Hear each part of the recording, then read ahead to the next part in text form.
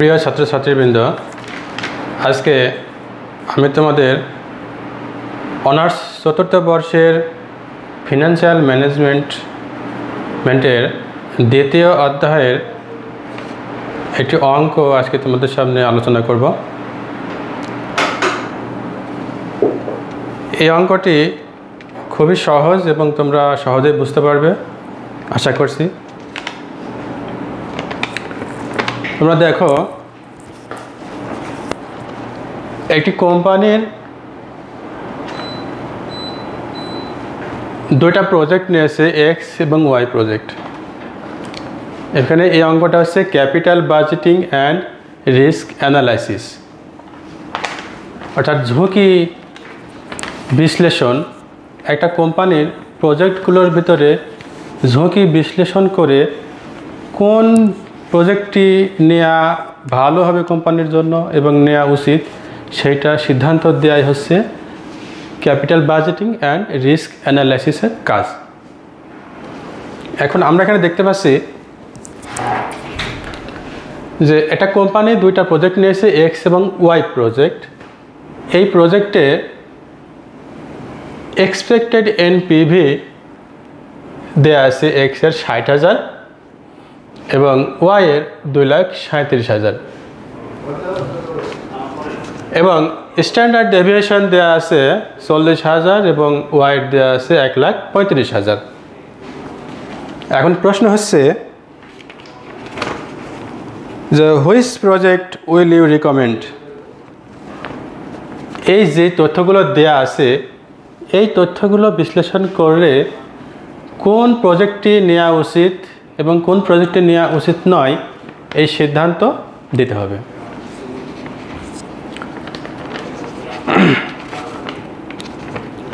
এখানে এই তথ্যগুলো বিশ্লেষণ করে স্বাভাবিকভাবেই আমরা দেখতে পাচ্ছি যে প্রজেক্ট এক্সের এনপিভি ওয়াইয়ের এনপিভির চাইতে কম এবং স্ট্যান্ডার্ড ডেভিয়েশন এক্সেরও কম এবং ওয়াইয়ের বেশি।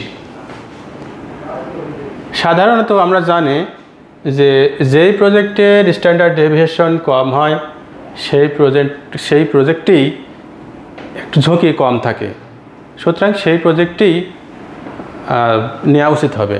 এখানে আমরা দেখতে পাচ্ছি যে ওয়াইয়ের স্ট্যান্ডার্ড ডেভিয়েশন 1,35,000 এবং এক্সের স্ট্যান্ডার্ড ডেভিয়েশন 40,000। এই ক্ষেত্রে আমরা সহজে অনুমান করতে পারি বা বুঝতে পারি এবং সিদ্ধান্ত নিতে পারি যে এক্স এবং ওয়াই প্রজেক্টের ভিতরে ওয়াই প্রজেক্টটি অধিক অ্যাকসেপ্টেবল। অতএব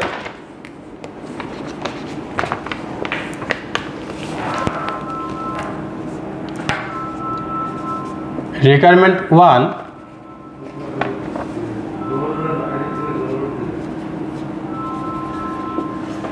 project X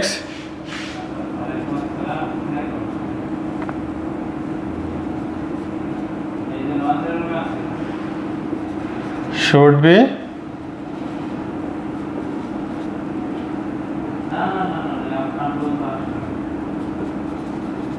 selected.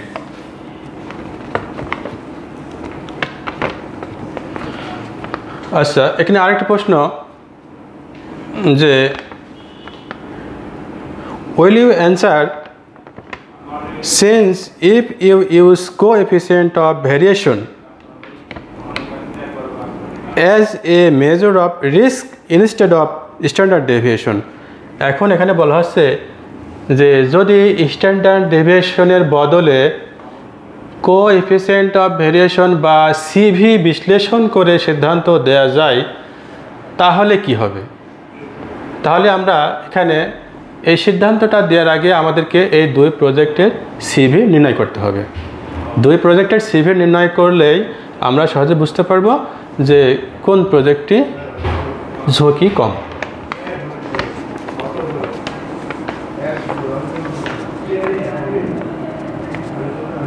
তাহলে requirement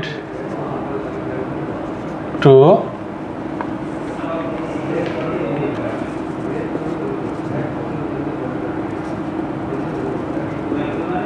decision on the basis of CV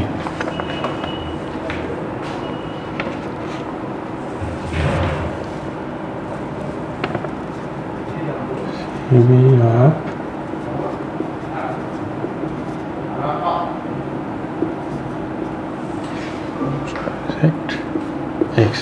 আমরা এখন এক্স প্রজেক্টের সিভি নির্ণয় করব।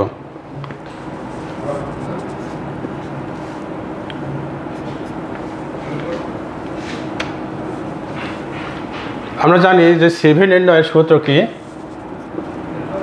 Standard deviation of X by expected value গুণ 100।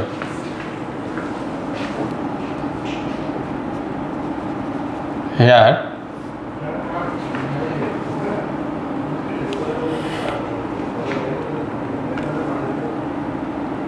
স্ট্যান্ডার্ড ডেভিয়েশন এক্স এর স্ট্যান্ডার্ড ডেভিয়েশন হচ্ছে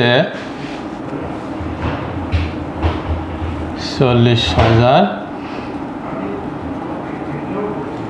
এবং এক্সপেক্টেড এনপিভি হচ্ছে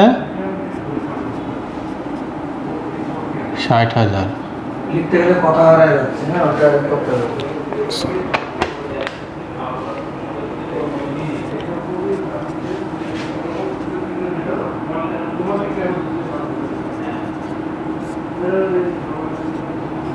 তাহলে এই মানটা আমরা এখানে বসাই দিই।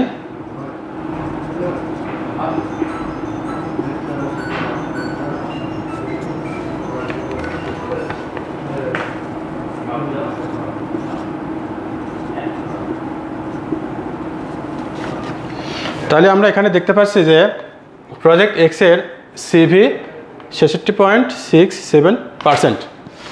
এইবার আমরা প্রজেক্ট ওয়াই এর সিভি বের করব।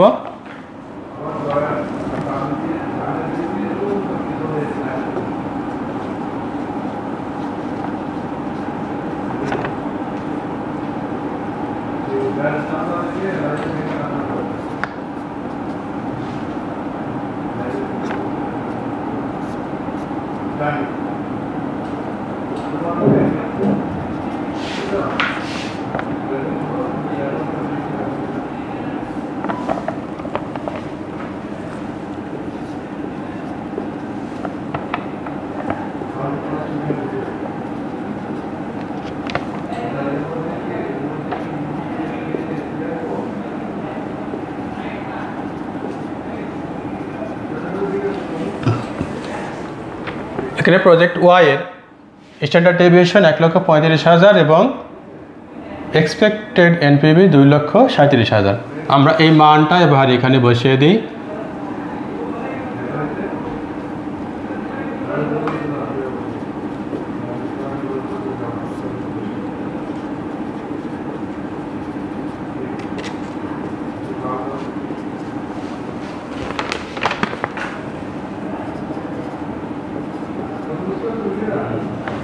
তাহলে আমরা এখানে দেখতে পাচ্ছি যে প্রজেক্ট ওয়াই এর কোএফিসিয়েন্ট অফ ভ্যারিয়েশন বা সিভি হচ্ছে 56.96%।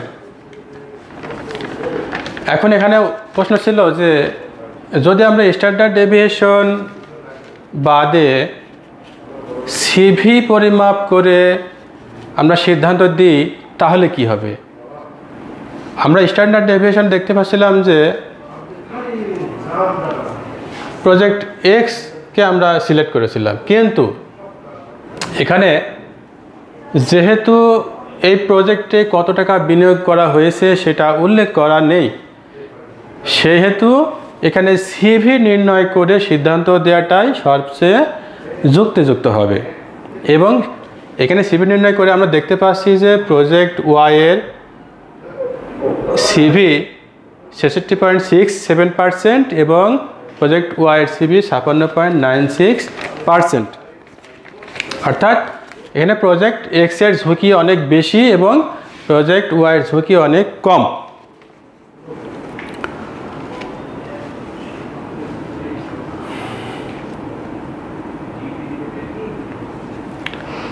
সুতরাং যেই প্রজেক্টের ঝুঁকি কম আমরা সেই প্রজেক্টটিকেই এখানে সিলেক্ট করব।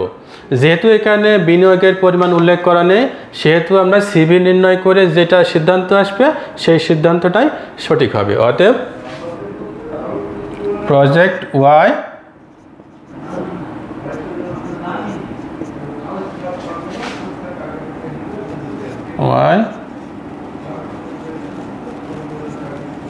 should be selected.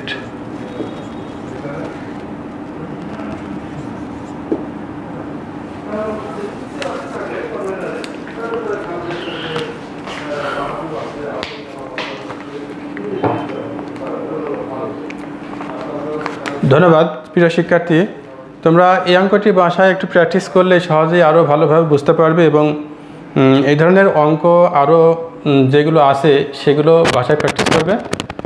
এই প্র্যাকটিসের মাধ্যমেই এই অঙ্কগুলো ভালোভাবে আয়ত্তে আনা সম্ভব। ধন্যবাদ, তোমাদের সুস্বাস্থ্য কামনা করে আজকের মতো এখানেই শেষ করছি। আসসালামু আলাইকুম।